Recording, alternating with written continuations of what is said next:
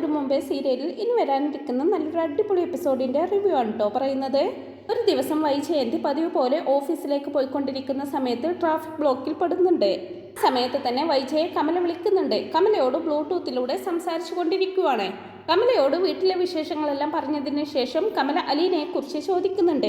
അലീനയെ അവിടെ നിന്ന് അടിച്ചോടിക്കാൻ 2 ആംഗ്ലമാർ നാട്ടുകാരെയൊക്കെ വിളിച്ചു കൂട്ടിവന്ന് ബാലചന്ദ്രന്റെ അടുത്ത് സന്ധി സംഭാഷണം നടത്തിയിട്ടും വൈജയ്ക്ക് അതുകൊണ്ട് ഒരു ഉപകാരവും ഉണ്ടായില്ലല്ലോ.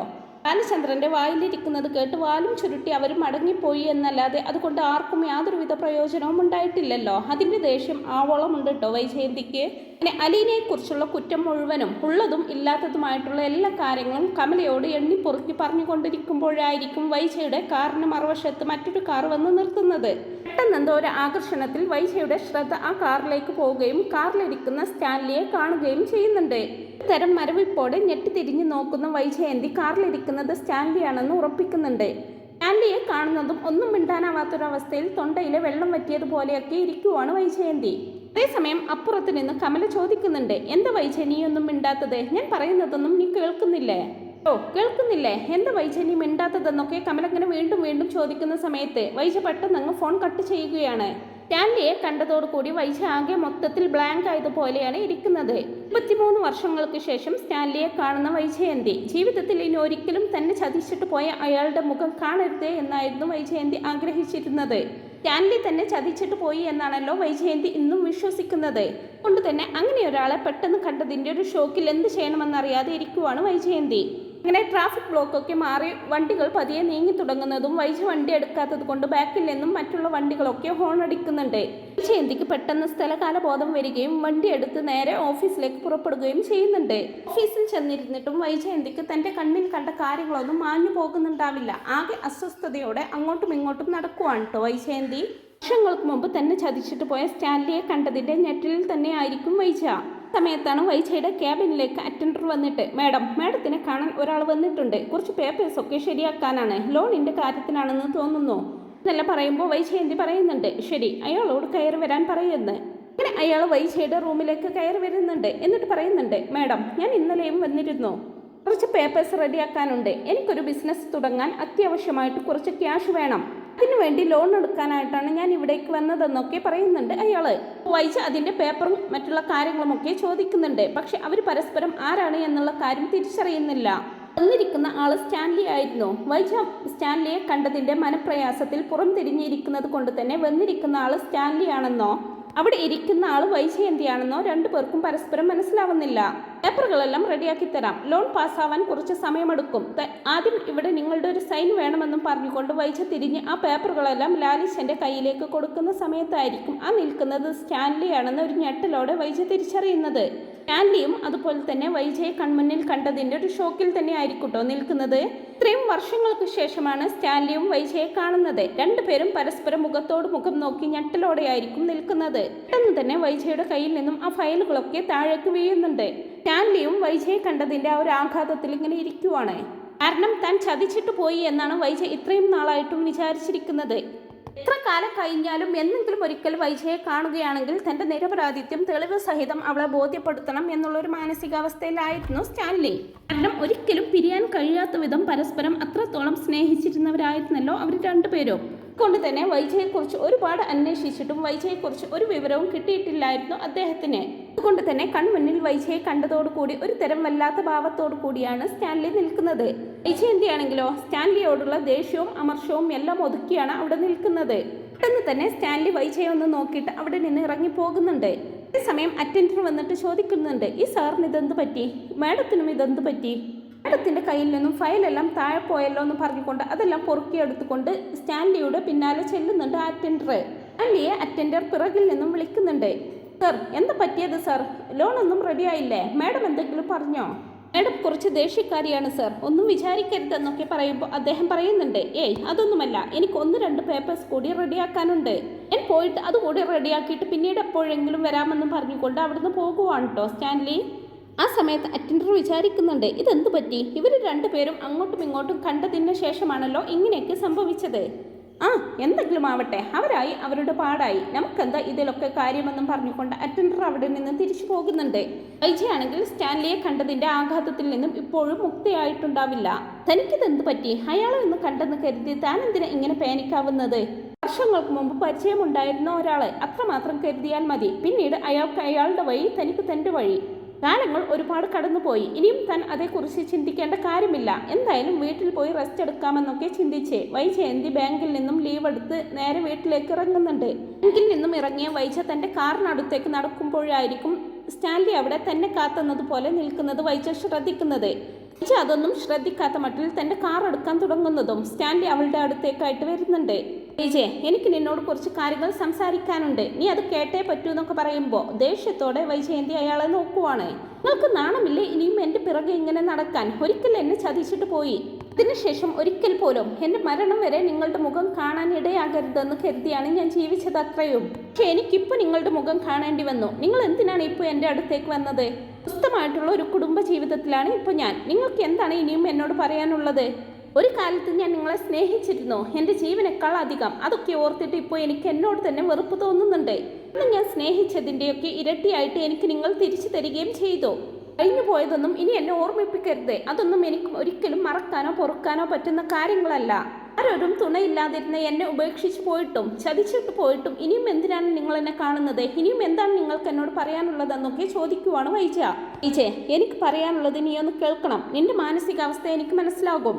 പക്ഷെ നീ വിചാരിക്കുന്നത് പോലെയൊന്നുമല്ല കാര്യങ്ങൾ. നീ വിശ്വസിച്ചതൊന്നുമല്ല സത്യം. ഞാൻ ഒരിക്കലും നിന്നെ ചതിച്ചിട്ടില്ല. നമ്മൾ രണ്ടുപേരും ഒരുപോലെയാണ് ചതിക്കപ്പെട്ടത്. അത് നിനക്ക് ഇന്നും മനസ്സിലാക്കാൻ കഴിഞ്ഞിട്ടില്ല എന്നേ ഉള്ളൂ. ആ കാര്യങ്ങളെല്ലാം ഞാൻ നിന്നോട് പറയാം. നിനക്ക് എന്നെ വിശ്വാസമുണ്ടെങ്കിൽ, നീ അന്ന് എന്നെ സ്നേഹിച്ചിരുന്നത് സത്യമാണെങ്കിൽ നീ എന്നെ കേൾക്കാൻ തയ്യാറാവണം. നമുക്ക് എവിടെയെങ്കിലും സ്വസ്ഥമായിട്ട് ഇരുന്ന് സംസാരിക്കാമെന്നൊക്കെ പറയുമ്പോൾ വൈജ പറയുന്നുണ്ട്. നിങ്ങളിപ്പോൾ എന്താ പറഞ്ഞത്? നിങ്ങളോടൊപ്പം ഇരുന്ന് സ്വസ്ഥമായിട്ട് ഞാൻ സംസാരിക്കണമെന്നോ? നിങ്ങളെ എൻ്റെ നേർക്ക് നേർ എന്തെങ്കിലും കാണുകയാണെങ്കിൽ അന്ന് എൻ്റെ കൈ കൊണ്ട് നിങ്ങളെ കൊല്ലണമെന്നാണ് ഞാൻ വിചാരിച്ചിരുന്നത്. എൻ്റെ ജീവിതം ഈ വിധത്തിലാവാൻ കാരണം നിങ്ങളാണ്. അന്ന് ഞാൻ നിങ്ങളെ എത്രമാത്രം സ്നേഹിച്ചിരുന്നു. എന്നിട്ടും എന്നെ ചതിക്കാൻ നിങ്ങൾക്ക് എങ്ങനെ മനസ്സ് വന്നു? അന്ന് ഞാൻ നിങ്ങളെ എത്രമാത്രം സ്നേഹിച്ചിരുന്നോ അതിൻ്റെ ഇരട്ടിയിലധികം ഞാൻ ഇന്ന് നിങ്ങളെ വെറുക്കുന്നുണ്ട്. അങ്ങനെയുള്ള നിങ്ങളോട് സംസാരിക്കുന്നത് പോയിട്ട് നിങ്ങളെ കാണുന്നത് പോലും എനിക്ക് അറപ്പാണ്, വെറുപ്പാണ്. എൻ്റെ മുന്നിൽ നിന്ന് മാറിക്കേ, എനിക്ക് പോകണമെന്നും പറഞ്ഞുകൊണ്ട് വൈജ ദേഷ്യത്തോടെ കാറിൽ കയറിയിരിക്കുന്നതും അപ്പുറത്തെ ഡോറ് തുറന്ന് സ്റ്റാൻലിയും വൈജയുടെ തൊട്ടടുത്തായിട്ട് കയറിയിരിക്കുന്നുണ്ട്. ഇപ്പോൾ ഇതെന്തേ കാണിക്കുന്നത്? എൻ്റെ വണ്ടിയിൽ നിന്നും ഇറങ്ങ്, എനിക്ക് നിങ്ങളോടൊന്നും സംസാരിക്കാനില്ല, ഇല്ലെങ്കിൽ ഞാൻ പോലീസിനെ വിളിക്കുമെന്നൊക്കെ പറയുന്നുണ്ടെങ്കിലും സ്റ്റാൻലിക്ക് യാതൊരുവിധ കുലുക്കവും ഉണ്ടാവില്ല. ഒരുപാട് അന്വേഷിച്ചിട്ടും കണ്ടെത്താൻ സാധിക്കാതിരുന്ന വൈജയെ അപ്രതീക്ഷിതമായിട്ട് കണ്ടുമുട്ടിയതാണ്. ആ ഒരു സാഹചര്യം വൈജയോട് സംസാരിക്കാതെ അങ്ങ് വിട്ടുകളയാൻ സ്റ്റാൻലി ഒരുക്കമായിരുന്നില്ല. എനിക്ക് നിന്നോട് സംസാരിക്കണം, സംസാരിച്ചേ പറ്റൂ എന്നുള്ള ഒരൊറ്റ വാശിയിൽ തന്നെയായിരിക്കും അദ്ദേഹം. പിന്നെ ഒന്നും മിണ്ടാതെ എത്ര പറഞ്ഞിട്ടും കാര്യമില്ലെന്ന് മനസ്സിലാവുന്നതോടുകൂടി മെല്ലെ വണ്ടി എടുത്ത് ആളൊഴിഞ്ഞൊരിടത്ത് കൊണ്ടുപോയി നിർത്തുന്നുണ്ട്. എന്നിട്ട് സ്റ്റാൻലിയോടായിട്ട് പറയുന്നുണ്ട്, ശരി, ഇത്രയും സമയം ഞാൻ മിണ്ടാതിരുന്നത് പുറത്ത് വെച്ച് ആരെങ്കിലും കണ്ടാൽ നമ്മളെ തെറ്റിദ്ധരിക്കുമല്ലോ എന്നോർത്തിട്ടാണ്. ഇപ്പോൾ ഇവിടെ ആരുമില്ല, ദയവ് ചെയ്ത് എൻ്റെ വണ്ടിയിൽ നിന്നും ഇറങ്ങി പോകണമെന്നൊക്കെ പറയുമ്പോൾ സ്റ്റാൻലി പറയുന്നുണ്ട്, വൈജെ, എനിക്ക് നിന്നോട് സംസാരിക്കണം. നീ കരുതുന്നത് പോലെ ഞാൻ നിന്നെ ചതിച്ചിട്ടില്ല. ഇപ്പോൾ എന്തായാലും എനിക്ക് സംസാരിക്കാൻ സമയമില്ല. ഞാനിവിടെ അടുത്തൊരു ഫ്ലാറ്റിലാണ് താമസം, അങ്ങോട്ട് നീ വരണം. എനിക്ക് നിന്നോട് സംസാരിച്ചേ പറ്റൂ എന്നൊക്കെ പറയുമ്പോൾ വൈജ ദേഷ്യത്തോടെയാണ് കേട്ടോ സ്റ്റാൻലിയോട് പെരുമാറുന്നത്. നിങ്ങൾ എന്താ പറഞ്ഞത്? നിങ്ങളുടെ ഫ്ലാറ്റിലേക്ക് ഞാൻ വരണമെന്നോ? നിങ്ങൾക്കെന്താ ഇപ്പോൾ വീണ്ടും പഴയ കാര്യങ്ങളൊക്കെ ഓർമ്മ വരുന്നുണ്ടോ? നിങ്ങളെ ഞാൻ വീണ്ടും വിശ്വസിക്കുമെന്ന് കരുതുന്നുണ്ടോ? അടുത്ത വൈജയല്ല ഞാനിന്ന് 3 മക്കളുടെ അമ്മയും ഒരു ഭാര്യയുമാണ്. അങ്ങനെയുള്ള എന്നെ നിങ്ങളുടെ ഫ്ലാറ്റിലേക്ക് ക്ഷണിക്കാൻ നാണമില്ലേ നിങ്ങൾക്ക്? സമയത്ത് സ്റ്റാൻലി പറയുന്നുണ്ട്, വൈജയ, നീ എന്നെ തെറ്റിദ്ധരിച്ചിരിക്കുകയാണ്. ഞാൻ നിന്നെ ആ ഒരു അർത്ഥത്തിലല്ല എൻ്റെ ഫ്ലാറ്റിലേക്ക് ക്ഷണിച്ചത്. എനിക്ക് നിന്നോട് കുറച്ച് കാര്യങ്ങൾ സംസാരിക്കണമെന്നുണ്ട്. നിന്റെ മനസ്സിലെ തെറ്റിദ്ധാരണ മാറ്റണമെന്നുണ്ട്. മറ്റൊന്നിനും വേണ്ടിയിട്ടല്ല. ഇത്രയും വർഷം ഞാൻ കാത്തിരുന്നത് നിന്നെ കണ്ടുമുട്ടുന്ന ഈ ഒരു നിമിഷത്തിന് വേണ്ടിയിട്ടാണ്. എന്നെങ്കിലും ഒരിക്കൽ നിന്നെ കാണണമെന്നും അന്ന് യഥാർത്ഥത്തിൽ എന്താണ് സംഭവിച്ചതെന്ന് നിന്നെ ബോധ്യപ്പെടുത്തണമെന്നും കരുതിയിട്ട്. അന്ന് യഥാർത്ഥത്തിൽ എന്താണ് സംഭവിച്ചതെന്നുള്ള കാര്യം നിനക്കറിയാമോ വൈജയ? എന്ത് സംഭവിക്കാൻ? ബുദ്ധിയും വിവേകവും ഇല്ലാത്ത ഏതൊരു പെണ്ണിനും സംഭവിക്കാവുന്നതേ എനിക്കും അന്ന് സംഭവിച്ചത്. പ്രണയം നടിച്ച് നിങ്ങൾ എന്നെ വീഴ്ത്തി. നിങ്ങളെ ഞാൻ അഗാധമായിട്ട് വിശ്വസിക്കുകയും സ്നേഹിക്കുകയും ചെയ്തു. നിങ്ങളുടെ സ്നേഹം സത്യമാണെന്ന് ഞാൻ വിശ്വസിച്ചു. ഞാൻ അതിൽ വീണുപോയി. ഒടുവിൽ നിങ്ങൾ എന്നെ ചതിച്ച് ഗർഭിണിയാക്കി ആഗ്രയിൽ നിന്നും കടന്നു കളഞ്ഞു. എൻ്റെ അച്ഛനെയും ആങ്ങളമാരെയും ധിക്കരിച്ച് നിങ്ങളുടെ കൂടെ ഇറങ്ങി തിരിച്ചതിനുള്ള ശിക്ഷ എനിക്ക് നിങ്ങൾ തന്നെ തന്നു. ഞാൻ ഗർഭിണിയാണെന്ന് അറിഞ്ഞപ്പോൾ എന്നെയും ഉപേക്ഷിച്ച് കടന്നു കളഞ്ഞ ദുഷ്ടനല്ലേ നിങ്ങൾ? അന്ന് ഞാൻ എത്രമാത്രം സങ്കടപ്പെട്ടു. പിന്നീട് 8 മാസം ഗർഭിണിയായിരിക്കെ എൻ്റെ ചേട്ടനാണ് എന്നെ വീട്ടിലേക്ക് കൂട്ടിക്കൊണ്ടുപോയത്. ഇത് ചെയ്യണമെന്നറിയാതെ, മുന്നോട്ടുള്ള വഴി എന്താണെന്നറിയാതെ പകച്ചു നിന്ന് പോയിട്ടുണ്ട് പലപ്പോഴും. അന്ന് അനുഭവിച്ചത് മുഴുവൻ ഞാനല്ലേ. നിങ്ങൾ നിങ്ങളുടെ ജീവിതം നോക്കി രക്ഷപ്പെട്ടു പോയി. അപ്പോൾ സ്റ്റാൻലി പറയുന്നുണ്ട്, വൈജെ, ഞാൻ നിന്നെ ഉപേക്ഷിച്ച് പോയതോ രക്ഷപ്പെട്ടു പോയതോ ഒന്നുമല്ല. അന്ന് ഞാൻ പെട്ടെന്നൊരു അത്യാവശ്യത്തിന് വേണ്ടി നിന്നോട് യാത്ര പറഞ്ഞ് നാട്ടിലേക്ക് വന്ന സമയത്ത് എനിക്ക് വലിയൊരു ആക്സിഡന്റ് ഉണ്ടായി. അവിടെ നിന്ന് ഞാനൊരു 2 മാസത്തോളം ബോധമില്ലാതെ ഹോസ്പിറ്റലിലായിരുന്നു. പിന്നെയാണ് എനിക്ക് ബോധം തെളിഞ്ഞതും മറ്റുള്ളവരെ തിരിച്ചറിയാൻ തുടങ്ങിയതും എന്നെ വീട്ടിലേക്ക് കൂട്ടിക്കൊണ്ടുവന്നതും. എന്നിട്ടും പരസഹായമില്ലാതെ എനിക്ക് എണീറ്റ് നടക്കാൻ 1 വർഷം വേണ്ടി വന്നു. കിടപ്പിലായിരുന്ന സമയത്ത് എൻ്റെ ഒരു വിശ്വസ്തനെ ഞാൻ നിന്നെക്കുറിച്ച് അന്വേഷിക്കാൻ ആഗ്രയിലേക്ക് പറഞ്ഞു വിട്ടിരുന്നു. പക്ഷെ അന്ന് നിന്നെക്കുറിച്ച് ഒരു വിവരവും കിട്ടിയില്ല. പിന്നെ കുറച്ച് നാൾ കഴിഞ്ഞ് നിന്റെ ഏട്ടന്മാർ നിന്നെ നാട്ടിലേക്ക് കൂട്ടിക്കൊണ്ടുപോയി എന്ന് അറിയാൻ കഴിഞ്ഞു. പിന്നീട് ഭേദമായതിനു ശേഷം നാട്ടിൽ വന്നും ഞാൻ നിന്നെക്കുറിച്ച് ഒരുപാട് അന്വേഷിച്ചു. പക്ഷെ അപ്പോഴൊന്നും നിന്നെക്കുറിച്ച് എനിക്ക് ഒരു വിവരവും കിട്ടിയില്ല. പക്ഷെ അന്വേഷണം നിർത്താൻ ഞാൻ തയ്യാറായിരുന്നില്ല. നിന്നെക്കുറിച്ച് വീണ്ടും ഒരിക്കൽ കൂടി ഞാൻ അന്വേഷിച്ചു വന്നപ്പോഴാണ് അന്ന് നിന്റെ വിവാഹമാണെന്ന് ഞാൻ അറിഞ്ഞത്. പുറത്തു വെച്ച് ഞാൻ അറിഞ്ഞു നിന്റെയും ബാലചന്ദ്രന്റെയും വിവാഹമാണ് ഇന്ന് നടക്കാൻ പോകുന്നതെന്ന്. എങ്കിലും നിന്നെ നേരിൽ കണ്ട് ഒരു വാക്ക് സംസാരിക്കാമെന്ന് കരുതി മുന്നോട്ട് വന്നപ്പോഴാണ് ഞാൻ ആ കാഴ്ച കാണുന്നത്. ബാലചന്ദ്രൻ നിന്റെ കഴുത്തിൽ താലി കെട്ടുന്നത്. അതാണ് യഥാർത്ഥത്തിൽ സംഭവിച്ചത്. അന്ന് ഞാൻ എല്ലാം ഉപേക്ഷിച്ച് തിരിച്ചു പോയതാണ് വൈജെ. ഇനി എന്തെങ്കിലും ഒരിക്കൽ നിന്നെ കാണുകയാണെങ്കിൽ ഇതിൻ്റെ പിന്നിലുള്ള സത്യാവസ്ഥ, എൻ്റെ നിരപരാധിത്വം നിന്നെ ബോധ്യപ്പെടുത്തണമെന്ന് എനിക്ക് നിർബന്ധമുണ്ടായിരുന്നു. അതിനുവേണ്ടി മാത്രമാണ് ഞാൻ ഇത്രയും നാളും ജീവിച്ചിരുന്നത്. അതുകൊണ്ട് മാത്രമാണ് ഞാനിപ്പോൾ നിന്നെ കണ്ടപ്പോൾ ഇക്കാര്യങ്ങളൊക്കെ നിന്നോട് തുറന്നു പറയുന്നതിന് വേണ്ടിയിട്ട് നിന്നെ ഫ്ലാറ്റിലേക്ക് ക്ഷണിച്ചത്. അത് നിന്നെ ചതിക്കണമെന്ന് ഞാൻ ഒരിക്കലും വിചാരിച്ചിരുന്നില്ല. നീ എന്നെ വിശ്വസിക്കണമെന്നൊക്കെ പറയുന്നുണ്ട് അദ്ദേഹം. അപ്പോൾ വൈജയന്തി പറയുന്നുണ്ട്, നിങ്ങളിപ്പോൾ പറഞ്ഞ കള്ളക്കഥകളെല്ലാം ഞാൻ വിശ്വസിക്കണമെന്നാണോ? എന്നെ ഗർഭിണിയാക്കി നിങ്ങൾ കടന്നു കളഞ്ഞിട്ട് നിങ്ങൾക്ക് ആക്സിഡന്റ് ഉണ്ടായെന്നോ?